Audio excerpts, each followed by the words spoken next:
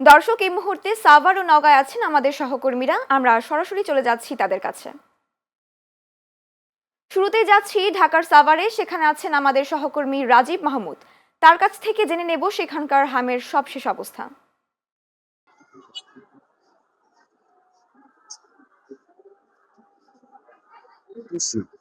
আপনি জানেন সারা বাংলাদেশে হামের রোগীর সংখ্যাজনক হারে বৃদ্ধি পাচ্ছে। সেই সাথে দীর্ঘ হচ্ছে শিশুদের মৃত্যু বেশি। আমি এখন রয়েছি সাভার উপজেলা স্বাস্থ্য কমপ্লেক্সে।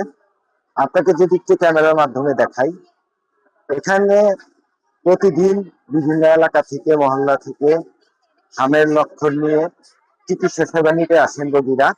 আমরা রোগীর স্বজনদের সাথে কথা বলেছি। তারা আমাদের জানিয়েছেন হাসপাতালে টিকা না থাকার কারণে তারা শিশুদের নিয়ে বেশ চিন্তিত।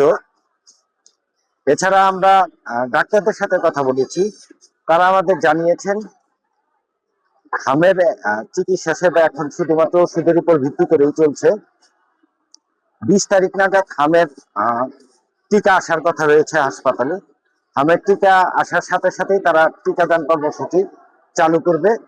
আপনাকে একটা তথ্য জানিয়ে রাখি, সাভার শিল্পাঞ্চল হওয়ার কারণে এখানে প্রায় 70 থেকে 80 লাখ মানুষের বসবাস।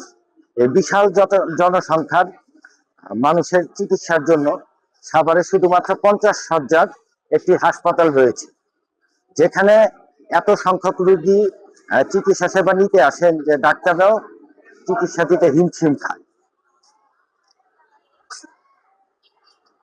সাভার সরকারি হাসপাতাল থেকে ছিল আমার কাছে হামের সর্বশেষ। ধন্যবাদ রাজীব। দর্শক, এখন নওগাঁয় আছেন আমাদের সহকর্মী মেহেদী হাসান। তিনি জানাচ্ছেন সেখানকার হামের সবশেষ পরিস্থিতি।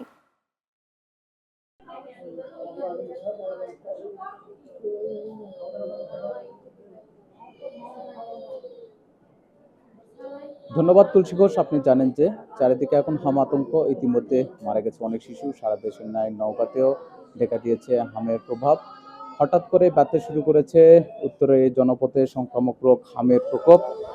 সকাল থেকে নওগাঁ সদর হাসপাতালে শিশু বিভাগ ঘুরে দেখা যায় রোগীতে ঠাসা। পুরো বিভাগটি শয্যা সংকটের কারণে অনেক রোগীকে মেঝেতে চিকিৎসা নিতে হচ্ছে।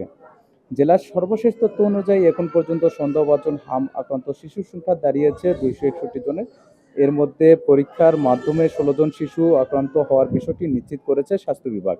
বর্তমানে কয়েকজন শিশু চিকিৎসাধীন রয়েছে। এর মধ্যে নওগাঁ সদর হাসপাতালে ভর্তি আছে 6 জন শিশু এবং পোরশা উপজেলা স্বাস্থ্য কমপ্লেক্সে ভর্তি রয়েছে 10 জন শিশু। তার মধ্যে একজন শিশু ঢাকাতে চিকিৎসাধীন অবস্থায় মারা গিয়েছে। এদিকে পরিস্থিতি নিয়ন্ত্রণে রাখতে টিকাদান কার্যক্রম জোরদার করা হয়েছে। গতকাল পর্যন্ত পোরশা উপজেলায় প্রায় 7,500 জন শিশুকে হামের টিকা প্রদান করা হয়েছে।